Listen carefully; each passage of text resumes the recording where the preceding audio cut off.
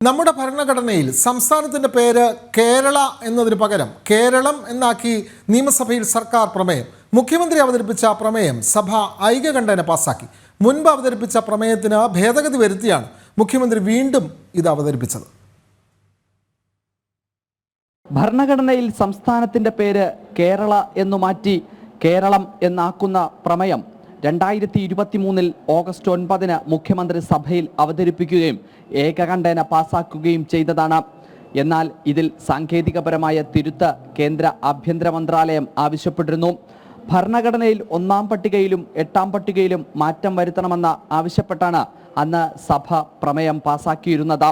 എന്നാൽ 1-ാം പട്ടികയിൽ മാത്രം മാറ്റം വരുത്തിയാൽ മതിയെന്നും 8-ാം പട്ടികയിൽ ഭേദഗതിയുടെ ആവശ്യമില്ലെന്നും കേന്ദ്രം അറിയിച്ചതിനെ തുടർന്നാണ് പുതുക്കിയ പ്രമേയം മുഖ്യമന്ത്രി അവതരിപ്പിച്ചത്. കേന്ദ്ര സർക്കാരിനോട് ആവശ്യപ്പെടുന്ന പ്രമേയത്തിൽ പ്രതിപക്ഷ ഭേദഗതി ഉന്നയിച്ചെങ്കിലും സർക്കാർ പിന്തുണച്ചില്ല. സഭ ഐക്യകണ്ഠേനയാണ് വീണ്ടും പേരുമാറ്റുന്ന പ്രമേയം പാസാക്കിയത്. ജനം, തിരുവനന്തപുരം.